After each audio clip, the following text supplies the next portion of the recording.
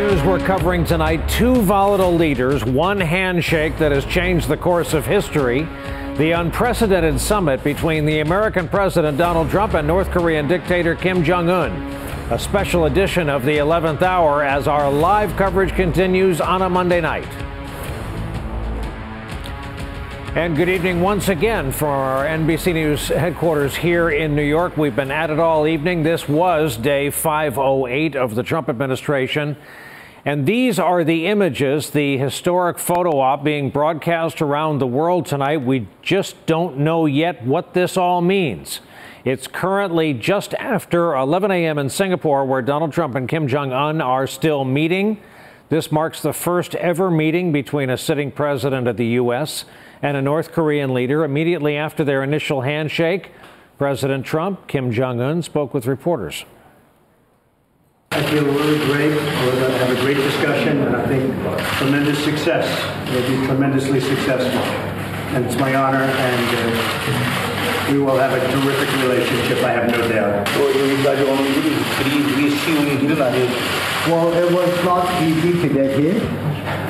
우리한테는 우리 발목을 잡는 그 과거가 있고 또 그릇된 국민과 발행들이 우리 때로는 우리 눈과 귀를 가리고 있었는데 우리 모든 것을 이겨내고 이 자리까지 왔습니다. The past worked as fetters on our wings, and the old prejudices and practices worked as obstacles on our way forward, but we overcame all of them, and we are here today.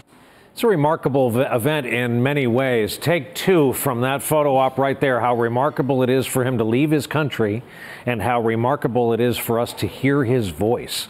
The president and Kim Jong-un spent their one-on-one time along with only translators, notably no note takers in the room. Then they took the conversation down a long hallway, another meeting with the rest of their staff.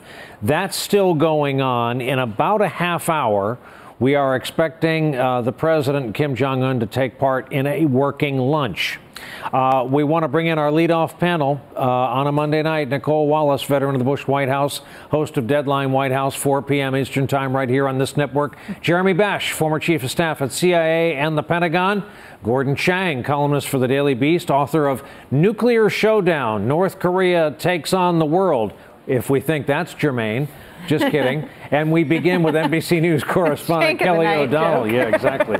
Kelly is where it's all happening in Singapore. Kelly, do we have it about right that we believe this kind of bilateral conversation with staff is still going on?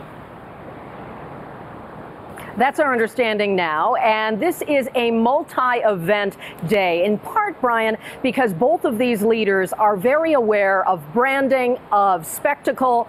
To some extent, you could argue for North Korea propaganda, and so there was a need here to not simply meet behind closed doors and emerge at the end of a day, but to have intervals where we are seeing the leaders, the public can judge how they are interacting. You've talked about the body language and the words that have been said, but also to give sort of data points through the day visually, which are important for both countries and really for the record of history. And for President Trump, he has said plainly a number of times that although there are working groups that have met and have really gone into the nitty-gritty of what could be on the table between these two countries, he has said again and again, it is not about staff, it's not about experts, it's about relationship. And so we saw at the beginning of this, from handshake to time alone, as you've been describing tonight, how it's the interpreters, but just these leaders getting a sense of each other. The president has leaned heavily when he's talked to reporters about the fact that he felt he could have a gut check moment with Kim Jong-un. He would be able to tell, and that relationship would be the thing he would leverage for any outcome for the United States. Now, there are certainly diplomatic histories here that have shown deception on the part of North Korea. A lot of that is a turn of the page for this president, who likes to believe through the force of his own personality, and in many ways both men are cults of personality in their own right, that is the tool he brings to this. The president would also say that there was a almost a brinksmanship of potential hot war only months ago, and now they're at a point where there aren't rockets and missiles being tested. The rhetoric between the two men that was deranged maniac and little rocket man, that is all melted away. And today it's the superlatives we've come to know from President Trump about an excellent relationship and optimism. Certainly Secretary of State Pompeo, who has been in the nitty-gritty of this as well and has met Kim Jong-un before, says the president is trying to project this confidence, but he is often the one who repeatedly says complete, irreversible, verifiable nuclear disarmament on the part of North Korea. President Trump doesn't use that phrase as much. He is much more focused on what the relationship can mean and how he will project this as a demonstration of what he could do that past presidents have not. For better or worse, history will decide, but this is a memorable moment that will be in the biographies of both of these men for a long time to come. Brian? With midday approaching in Singapore and midnight approaching here on the east coast of the U.S., our thanks to Kelly O'Donnell for getting our broadcast situated with a situation report from there. Okay, Nicole Wallace. So Kelly appropriately kind of paraphrased the president. The staff meetings are over. This is down to me and him. This is where I excel. And the problem is there are going to be deliverables that are expected out of this thing. Right. So the two things I've heard all night from former national security officials from past Democratic and Republican administrations are around two central concerns. One, that first meeting took place without anyone in the room. So whatever kicked off this first ever interaction between the two leaders, America and North Korea, has no witnesses. And Keir Simmons of NBC News reported today at 4 o'clock that both men are known liars. So it's not a good starting point for a meeting with so many potential consequences. The second was at the end of Kelly's report there, where the stated goal, U.S. policy, is what was articulated by Secretary of State Mike Pompeo. And Kelly mentioned it, certifiable, verifiable denuclearization.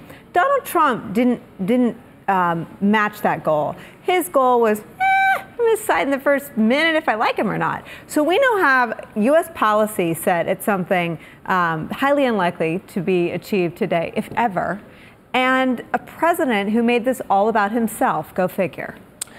Jeremy Bash, our friend Steve Schmidt talks about the absence of rigor.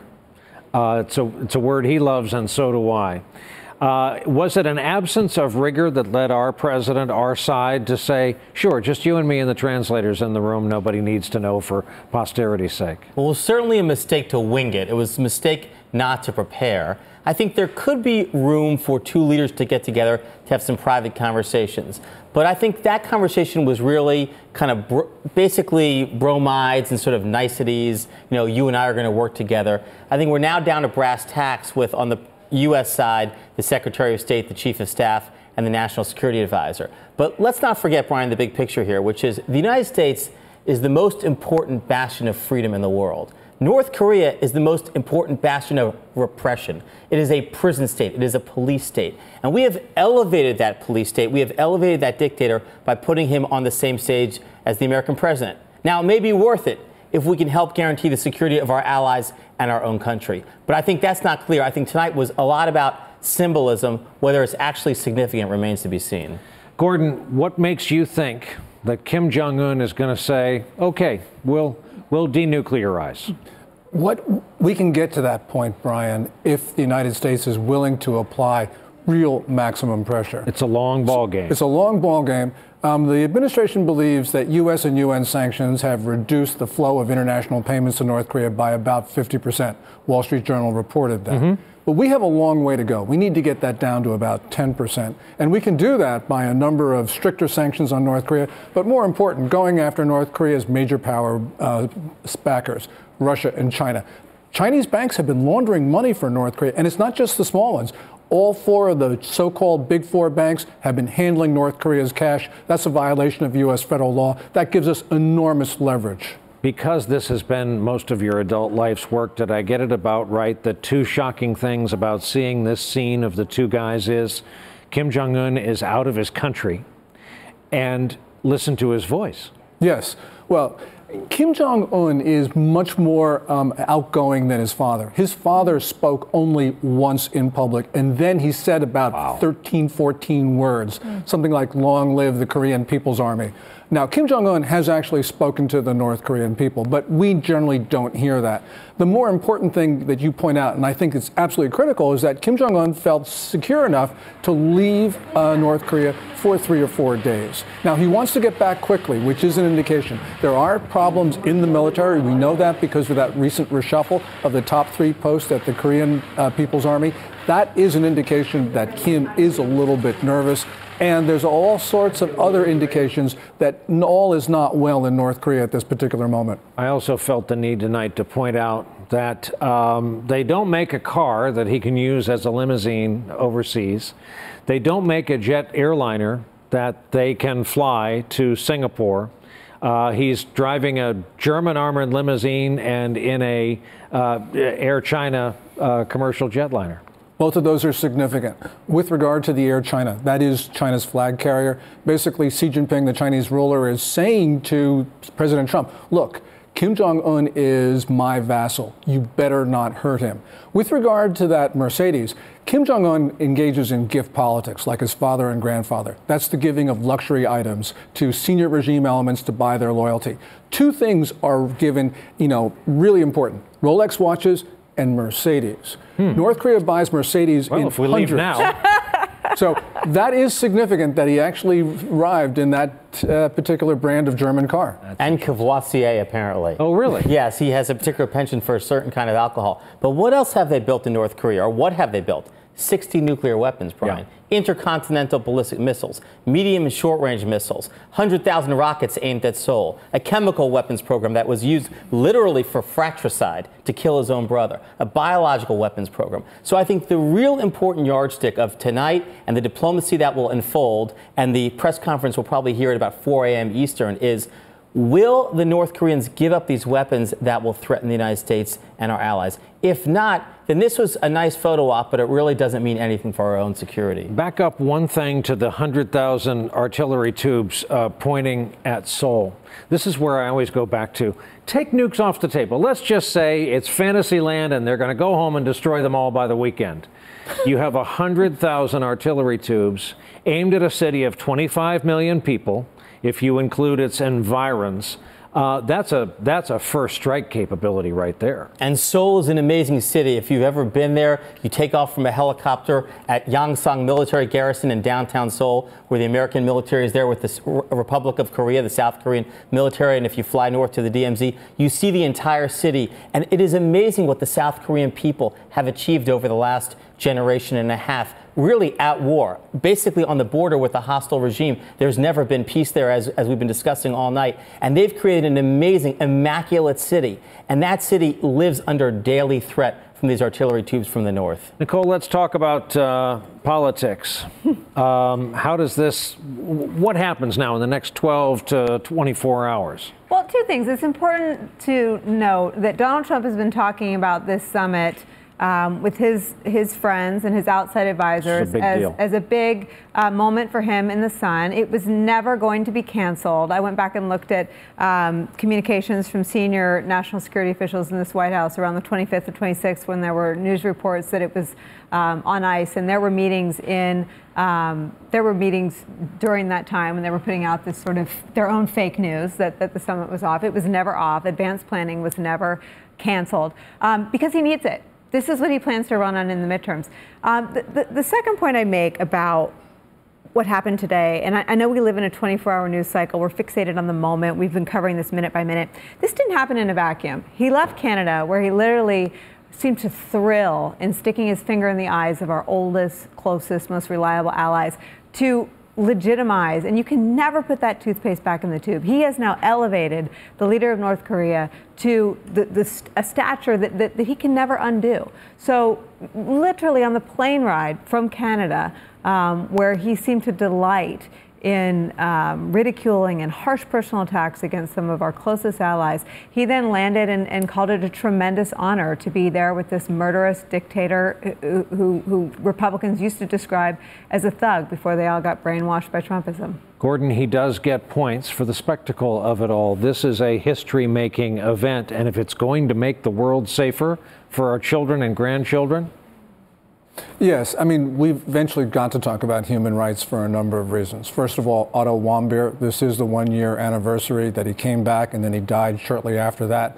There's a guy named David Sneddon, an American who was probably kidnapped by the North Koreans. We haven't gotten an accounting for him. There's the Japanese abductees. President Trump said publicly that he was going to get an accounting for Shinzo Abe, the Japanese prime minister. And this is the most horrific regime on earth. But the one thing we got to remember, though, is that we give state visits to China, and China engages in horrific practices of its own. And so we need to sort of put this in perspective.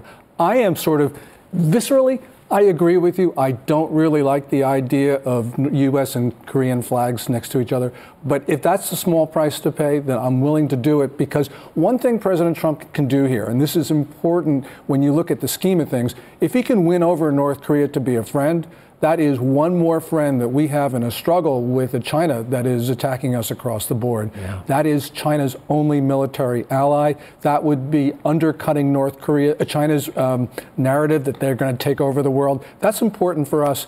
It's a small price to pay. Yeah, but if I could just say something about that. I think it is true. The president deserves some credit here. First of all, he got 3 detainees back. That's no small feat. He also was able to hold these talks not under fire. After all, the North Koreans have suspended their missile tests. But it was a year of provocation, a year of needless provocation in my mind, from an American president with bellicose tweets and bellicose rhetoric that I think caused the North Koreans to accelerate their program. They flight tested an ICBM twice. They have never done that. They conducted a 6th nuclear test. They twice overflew Japan, our ally. They engaged in the most provocative acts, and then once and only when the North Koreans felt like they had the nuclear deterrent well in hand, did they pivot, turn, leverage the split between us and our South Korean ally, work with President Moon in South Korea? They held that meeting on the DMZ at Panmunjom at Conference Row, walked to the north, walked to the south, and then they said, we're ready to deal with the Americans. And as a reward, they get their flag right next to the Stars and Stripes at this event. Our thanks to our 3 panelists, to Nicolle Wallace, to Jeremy Bash, to Gordon Chang. It's been a long day and a long night of analysis for everybody here. Up next for us after our first break here in this hour, 2 days ago, you just heard us mention this, President Trump called the Canadian Prime Minister very dishonest and weak. Tonight, he said it's a great honor to sit down with the dictator of North Korea. Exactly the point Nicolle was just making. We're going to go live to Singapore when this special edition of the 11th Hour comes right back.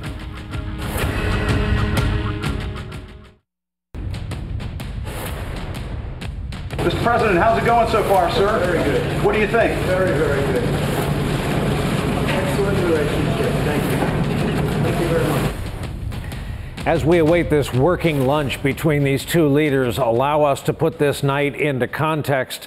This evening's historic face-to-face meeting comes just days after a major clash between Donald Trump and some of America's closest allies at the G7 summit, which, remember, was just this past weekend.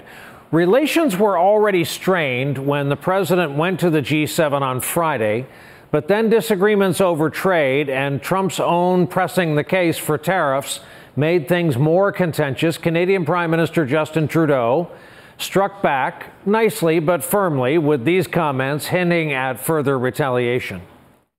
Canadians did not take it lightly. That the United States has moved forward with significant tariffs on our steel and aluminum. Canadians were polite, we're reasonable, but we also will not be pushed around. So that was that, and then Trump responded with a torrent of insults on Twitter, calling Trudeau, quote, very dishonest and weak, while attacking other U.S. partners. He also withdrew U.S. support from a joint agreement reached at the G7 meeting. They had just agreed to it before his departure.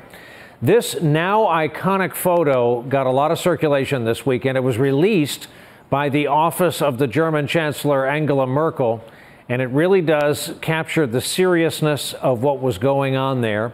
And the president's, according to some who look at the picture, isolation as part of the group as he makes this most important diplomatic move since taking office. Well, with us tonight, live from Singapore, Philip Rucker, Pulitzer Prize-winning White House bureau chief for The Washington Post. And with us from Washington, Peter Baker, chief White House correspondent for The New York Times. Philip Rucker, in your view, I'm sure that at the halfway mark, perhaps a little bit past, it's too early to know just what it is we are witnessing here. The history part, what Donald Trump wanted to emerge, the visuals, has that already been accomplished? I think it has, Brian. The history here is that Donald Trump is the first U.S. president to have this kind of a meeting with the leader of North Korea. The event, the photo op this morning, was staged with that big red carpet. They came out, they shook hands, they sat down one-on-one, and then they joined each other's delegations for that bilateral meeting that is ongoing now. And for Trump, it's just so striking because he's afforded Kim Jong-un more respect than he did the Canadian Prime Minister in Quebec a few days ago. He's referring to Kim here as Mr. Chairman. He's flattering him in some ways. He said it was his honor to meet him. Has said nothing yet that we're aware of about the human rights violations of Kim Jong-un and his regime in North Korea, or about the totalitarian state that he leads back home.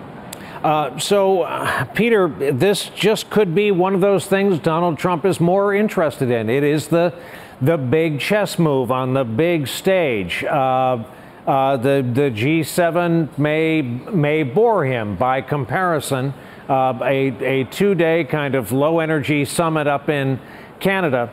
But then you hear arguments, as we did in this studio tonight, from Jeremy Bash, that the Stars and Stripes should not be adjacent to the North Korean flag. This elevates all of North Korea by proximity. Well, look, this is a president we know of who likes superlatives. He wants to be the first, the most, the biggest, the best. Things that have been done for 40 years don't interest him. Things that have never been done do. And the meeting with Kim Jong-un has never been done. No sitting American president has ever met with a North Korean leader. That by itself makes it history. Now, the question is whether it goes beyond the photo op, whether it goes beyond having those flags next to each other, and we can't tell.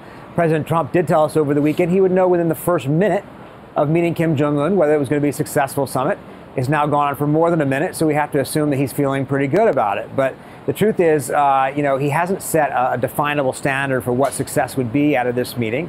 And presumably it's just, the way in the door to future meetings that might or might not be presumably more substantive and more concrete in getting us down the road toward an actual agreement.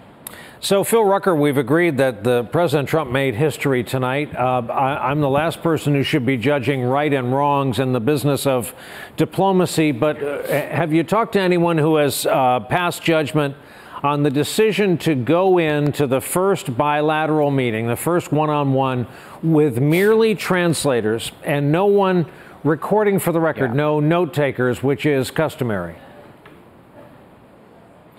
Well, President Trump's advisors have been saying that that meeting is set up that way, in part because the most important thing to come from it is the personal relationship between the two leaders. Trump came here to Singapore hoping to establish a rapport with Kim. Kim came here hoping to sort of normalize relations with the United States. And to do that, they wanted to meet one-on-one together to establish their own connection, build their own chemistry, sort of feel each other out before they bring in their other advisors.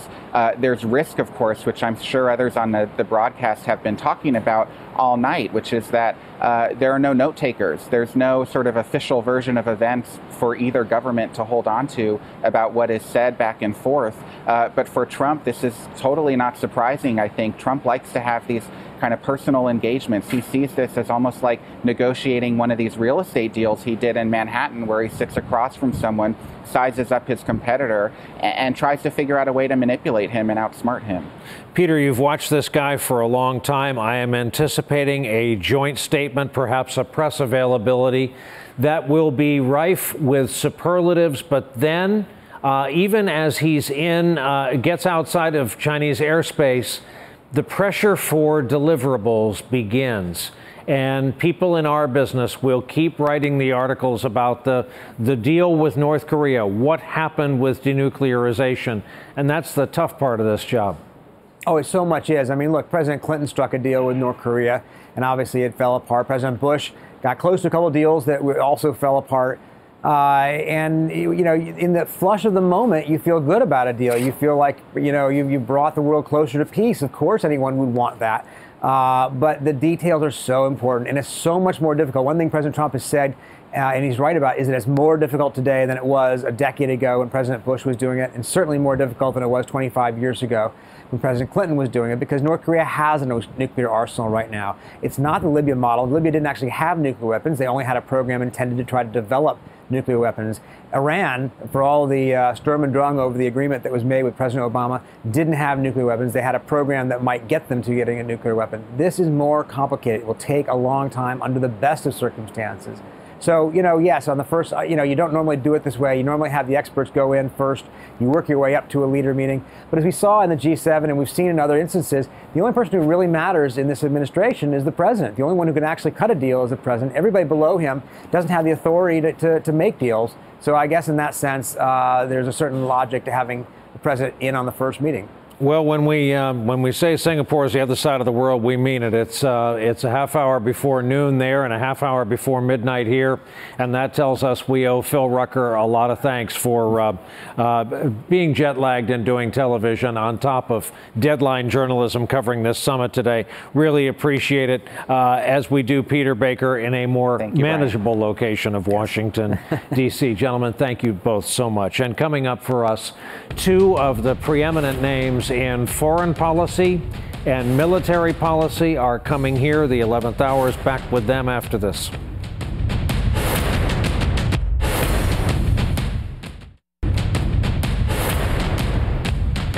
President Trump and North Korean leader Kim Jong-un are meeting right now in Singapore. They're awaiting what comes next, along with us, a working lunch where the two leaders will be joined by top advisors from both nations. We're expecting to go live to that location when they sit down, welcome cameras in. Perhaps there'll be some brief remarks. We'll bring them to you live. The delegation, as you see there, includes Secretary of State Pompeo, Chief of Staff John Kelly, and the National Security Advisor John Bolton. We have two terrific gentlemen to talk about all this tonight. With us here in New York, Richard Haass, a diplomat under President George W. Bush with experience working for both the Pentagon and the State Department. He currently serves as president of the Council on Foreign Relations and is author of A World in Disarray, American Foreign Policy and the Crisis of the Old Order. Also with us from Seattle, retired four-star U.S. Army General Barry McCaffrey, a decorated combat veteran of Vietnam and former battlefield commander in the Persian Gulf. His global portfolio includes the Korean Peninsula. I think I got my George Bush wrong. George Herbert Walker Bush. Actually worked for both of them. Worked for both Bushes. Well, if you can have that on your resume, I guess you're doing well, too. Mr. Haass, I'm going to quote you back to you. Very unfair. You said this on Twitter today. The unraveling of G7 summit works in North Korea's favor, as the real Donald Trump will not want to bust up two summits in a row, lest people conclude he is the problem. Increases incentive for Kim to up his asks and limit his compromises, and for Trump to do the opposite. Hardly the ideal context. I wasn't planning on asking you about our new effort to bottle Canada's nonstop aggression. But there is that. There was the G7 before there was Singapore. No, absolutely. And normally you would see allies as a way of pooling strength. Essentially, we wouldn't approach North Korea or any other issue alone. We'd always package it with countries that were on our side. So a strong showing in Quebec would have been a perfect way, one, to approach North Korea, and two, to reassure South Korea and Japan. Instead, you have a situation where obviously we distance ourselves from our allies for reasons that remain inexplicable, which makes again, our allies in this region nervous, and I think does put pressure on the president, or he put pressure on himself now, because you don't want to have two unsuccessful meetings in a row. In a perfect world, that G7, as you say, is kind of a pep rally. It gives you momentum going into your dicey summit overseas. You say for reasons we don't know. Do you have a theory as to why an American president would go in and break the furniture in the durable post-war alliance? Yeah, my own explanation, Brian, is two things. Donald Trump, from the get-go, has believed two things deeply. One is that the burdens and costs of American world leadership far outweigh any benefits. He actually believes that. And two, he believes, as he would say, that we have been taken advantage day in, day out by the global trading regime. So he had to confront both issues here. He had to confront NATO, in general, U.S. allied burden sharing, and he had to confront the trading regime. And so he picks on an issue like with Canada about dairy, which is what, 1/10 of 1% of the U.S.-Canada trade relationship. Meanwhile, we're in slight surplus with Canada on manufactured and so forth. And it was as if he was looking to pick a fight, which seems to me either he was unable to grasp the reality of the relationship or unwilling to, and then you get into the whole political conversation. But for whatever reason, it was damaging. It's damaging with allies. It basically shows that having a larger relationship with us doesn't count for a lot, that this administration at any moment is willing to focus on a particular and drive that home regardless of the larger damage it does, regardless of the larger degree we benefit from the relationship. Because it's important to the boss. Barry McCaffrey, I know you've been watching the coverage tonight. Let's see here. Where are we? Here. Okay. Hi, General. I was looking for a camera so I could talk to you. What's your view? I mean, history has been made already in this summit. There's that. What's your view so far of what you've seen and the pitfalls? Well, look, go back to Richard Haas' point for 1 second. The last time I testified to the Senate, it was on the Mexican border, 2,000 miles, and I pointed to the 5,000 miles of the U.S.-Canadian border and alleged that the only thing safer than living next to Canada might be next to the Vatican. So the whole notion of using national security as an argument to bash Canada is really unsettling. Look, looking at Singapore, a couple of thoughts. One is some good can come out of this. I think dialogue, it's potentially going to reduce the tensions in the short run. As many of your panelists have pointed out, the major believable short-term threat are North Korean artillery bombardment of the south. If we thought it would lead to denuclearization, we're sadly mistaken. It's never going to happen. Kim Jong-un's a clever brute. He's murdered more than 300 of his senior officials. There is absolutely no reason to believe what he would say. And I think the biggest problem we've got going into this talk this time was he's playing a long game. He's going to be around for 40 years. He's going to assume that President Trump's gone in 3 years or maybe 8 years. So he's going to promise enormous payoffs in denuclearization over the coming 10 years and try and get anything he can now. The next president of the United States is not going to roll this stuff back. So I think we're in a very tricky position. But in sum, I think it's probably a helpful thing that President Trump did break through the stasis and get a dialogue going. Well, Barry, back up to your first point, and I want a parting thought that's on the nice side. The McCaffrey grandchildren are probably safer as a result of this summit happening in Singapore? Yeah, I think so. And by the way, I've got a grandson headed to the Air Force Academy this summer, so it's of great interest to our families. I think Kim Jong-un, by the way, I got a very angry tweet 12 hours ago, said, of course, Kim Jong-un is seeking, like every leader, a prosperous and happy population. Nothing could be farther from the truth. He doesn't want an open society. He wants the economic constraints lifted. He's got to rejuvenate his armed forces. He wants an industrial capacity. He wants to be recognized. That sort of thing can happen, but he will not give up a nuclear capability. He's sure, correctly, that's why he's in Singapore with the eyes of the world on him. Richard, you got to love that. The guy has stared down the North Vietnamese and the Iraqis, but send him a tweet and that'll get his attention. Richard Haas, last word. Will the Haas grandchildren be safer because of what happened today? At the risk of a cliche, way too soon to say, North Korea is going to agree in principle to denuclearization, won't do it in practice. Barry's right. The danger is either the summit breaks up with bad news, or the good news is we end up giving too much for too little. And we've got to be really careful not to do anything that weakens our military presence on the peninsula or our alliance unless North Korea fundamentally deconstructs the conventional military threat it poses to South Korea and Japan.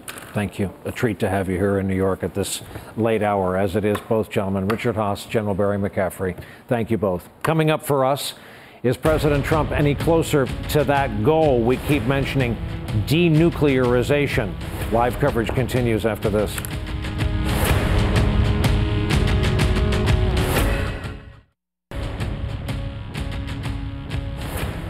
We are back, and again, 11:44 East Coast time.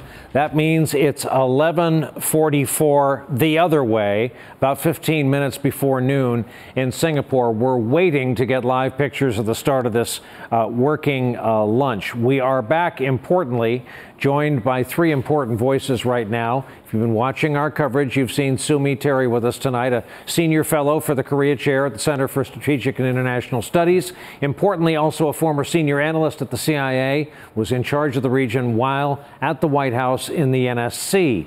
Joe Cirincioni's back with us, president of Plowshares Fund and author of, are you ready for this book title? Nuclear Nightmares. Joe's actually a fun guy. Securing the World Before It Is Too Late. And our presidential historian and author and friend, Michael Beschloss, is here with us in New York. Welcome to you all. Thank you for coming in. Thank you for your continued service. Sum up everything you and I and we have discussed here all night. I ended up asking both of those gentlemen if their grandchildren were safer because of what happened today in Singapore. And I think that's an acceptable lens to view this meeting in. The problem is we don't know, and only years later we'll know. Even if there's a successful deal and there's an agreement, we don't know if that's truly successful or not. In the past, for example, when we had an agreed framework, 1994 agreed framework, we thought it was a successful agreement. It was in 2002 we found out that North Korea was cheating on that agreement by separately pursuing uranium enrichment program. So my point is, it's going to be many years before we even know, even if there's a successful agreement. And that's a big if, because this tonight could just produce some sort of joint statement that's not even a real agreement yet. There's a New York expression, couldn't hurt. How can a summit make anything worse? How could it make it worse if these two leaders, for the first time ever, took their measure of each other? I mean, it's certainly better than all this preventive strike talk or bloody nose talk of where we were last November, December. Fire and fury. Fire and fury, locked and loaded, rocket men on a suicide mission, totally destroy North Korea. Certainly, it's much better situation than that.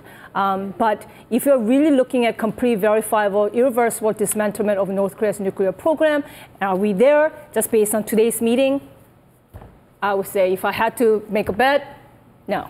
Joe, same question. I'm betting yes, we are safer. I mean, look at what Donald Trump has done. He has done something that other presidents have tried to do and failed to do. He's overcome the major obstacle to getting an agreement with North Korea, which is getting the right wing of the American political establishment to embrace this approach. Many, many people in the United States have been completely opposed to any negotiations with this regime, favoring in one form or another regime change. Donald Trump has brought that right wing to the table, in this case, literally dragging John Bolton to the table there to bless Veteran this agreement. hawk, yeah. And so he's opened up enormous space for any president who follows.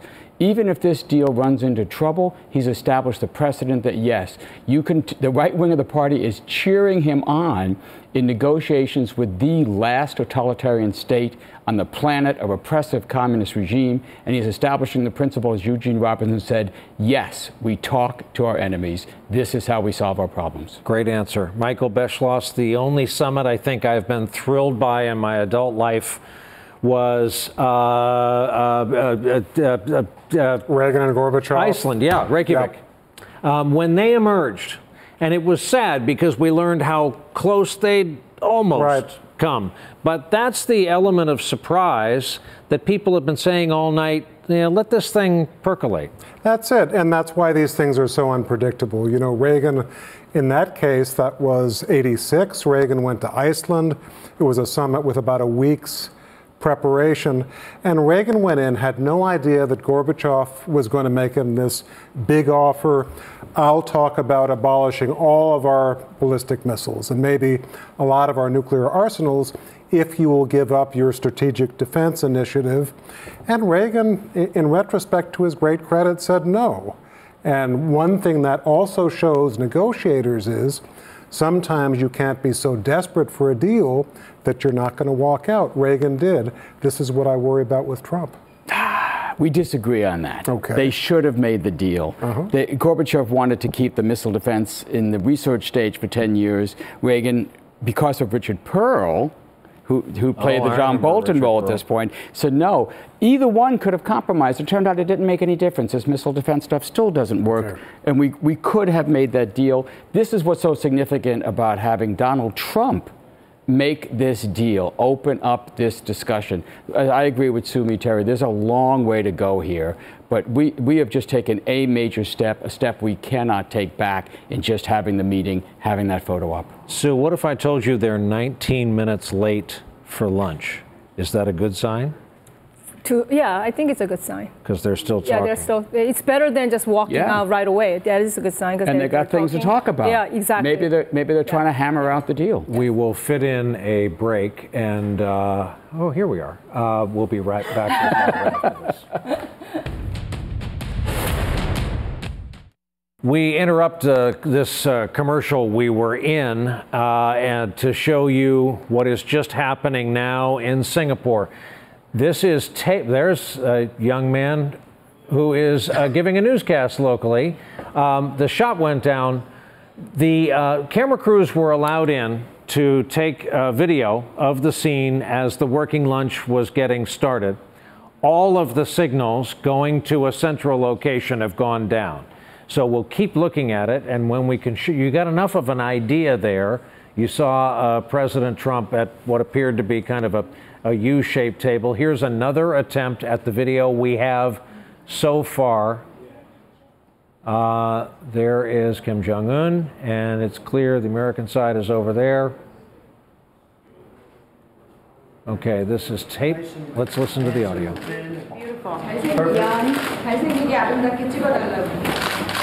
잘 촬영을 해주시면 기자들에게 잘 찍어달라 이런 얘기를 하는 것 같고요. 잘 찍어달라. 네, 아유, 화면이 너무 짧아가지고 자꾸 끊기는데 오찬장의 모습이 아주 화려하거나 성대해 보이지는 않습니다만 정갈하게 잘 차려져 있고 트럼프 대통령이 Sue Mi Terry, among our experts in the area, who is speaking what right there? I think there was a South Korean news people, reporters. It sounds like South Koreans are talking about it and saying that I think Trump is trying to, the South Korean reporter is saying, we think President Trump is trying to say to the reporters, take good pictures, make us look good, something like that. Still directing the show. And then the the South Korean reporter was commenting on the table saying, well, it's not overly elaborate, overly fancy, but it looks nice enough. And so they're commenting on the table and what's going on. The show. Yeah. Joe, do you think this administration has the long ball staying power? This is going to be grunt work from here on out. They're the snowplow going down the road. They're clearing the path for it, but this is going to be a long road. I think they do have the expertise in the establishment, in the deep state, to actually take care of this. If they can arrive at an agreement in principle, I understand that President Trump was pushing for a specific date of 2020 to get North Korean denuclearization. He's not going to get that. That's impossible. But this is the kind of stuff that'll be left to the trucks behind the snowplow. Yeah, I was just going to say, if you spend any time in the Northeast, driving behind the snowplow is not a treat. Also, Michael Beschloss, maybe math wasn't your strong suit and your SATs were higher in verbal like mine. But 2020, what else happens in 2020? Gee, I think there may be an election, and that may even be, there may be midterms this year that may be helped by a glitzy summit. But everything's wrapped around politics. Yeah, but that's a problem because that puts a pressure on the president to have this summit look like a success. It may force him to push for certain things that he otherwise would not. That's what I'm worried about. To our viewers, just to let you know, obviously the live coverage will continue all evening long, and we're having some of these technical issues, but there's been no press statement or press event. If there's going to be one of those, it's going to be in the 4 a.m. Eastern hour. So far, these have been what we call avails or availabilities, where the pool members of the traveling press corps are allowed in. They can talk to President Trump. As CNN's Jim Acosta did, they can toss a question to Kim Jong-un. Are you prepared to give up your nuclear weapons? No answer on that one, and we may not have an answer very soon. But again, they are at the start of the working lunch, which started, by our count, a little more than 20 minutes late, which, according to our expert here in our New York studio, was probably a good sign, probably a sign of productive talks. Live coverage continues all evening long, with thanks to Sumi Terry, Joe Cirincione, Michael Beschloss, as always. That's our broadcast for tonight. Thank you for being with us.